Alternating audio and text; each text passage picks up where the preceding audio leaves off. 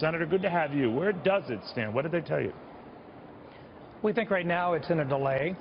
I don't think anything will happen until after the next administration steps in. But right now it is not stopped.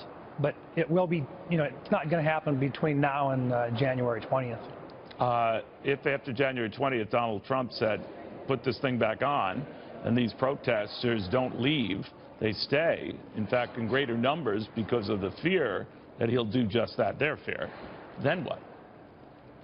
Well, some of these protesters are citizens from South Dakota coming up who have concerns about water quality and so forth.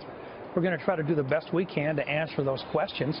The tribal members that are there are concerned about their water quality. We'll have to do everything we can to get those answered. I thought all that was addressed, and then it was all spelled out.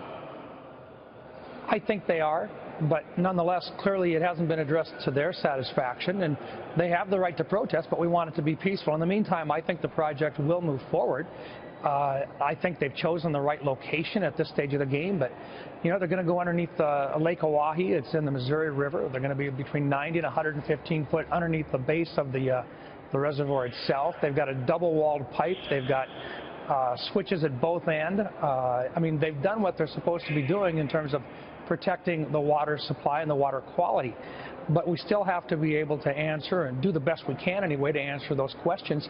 But in the meantime, that's a very important project. It means moving a lot of oil in a very short period of time more safely than if we were to use rails, and also more efficiently. So I think the project will proceed, but it may be delayed for a while. And we talk about it being kind of a cool down period, and in North Dakota it's more than just a cool down right now. I think a number of the protesters from around the United States that came there, they may very well get not only cold but bored for the next 30 days or so, and then we'll see what happens. I know it's been very, very cold there, what have you, but the fact of the matter is oil prices, energy prices in general have been jumping of late. This has not helped matters any. There's a real possibility this could be delayed months, if not years, just going through the back and forth on this.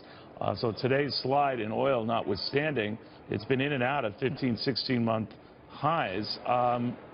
How long do you think this continues, in your gut? Well, they're going to be able to run about 470,000 barrels a day through that pipeline. It's sweet crude. It's a very high-quality oil. And the savings by running it is probably $3–4 a barrel. So, I mean, that helps at the pump as well.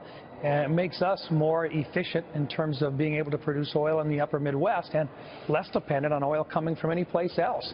The question is whether or not it's been done safely. I think it has been.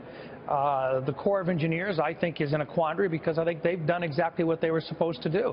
Yeah. And I think they're going to have to go back and get directions from the Secretary of the Army to find out exactly what he expects of them, because they followed the law, they're executing it according to plan, and there's only a ministerial action left, which is to authorize that lease so that they can actually build that pipe underneath the reservoir. We'll watch. Senator Mike Rounds, thanks for taking the time. Appreciate it. Yes, sir. All right, Boeing shares, by the way, which were down on the day here with Donald Trump targeting that $4 billion contract for a new Air Force One, technically two new Air Force One planes. Well, they have rebounded. The White House coming to the contractor's defense in a weird sort of way. It's like Democrats or Republicans, Republicans are down. It's just weird. But bottom line, Donald Trump says this $4 billion plane, I don't need it. Stick it. He didn't say stick it, but that was essentially the message. And now, apparently, the White House to the defense of Boeing, saying that this is a plane that will benefit future presidents, presumably Mr. Trump included, although, as I told you, he has said he doesn't want the darn thing.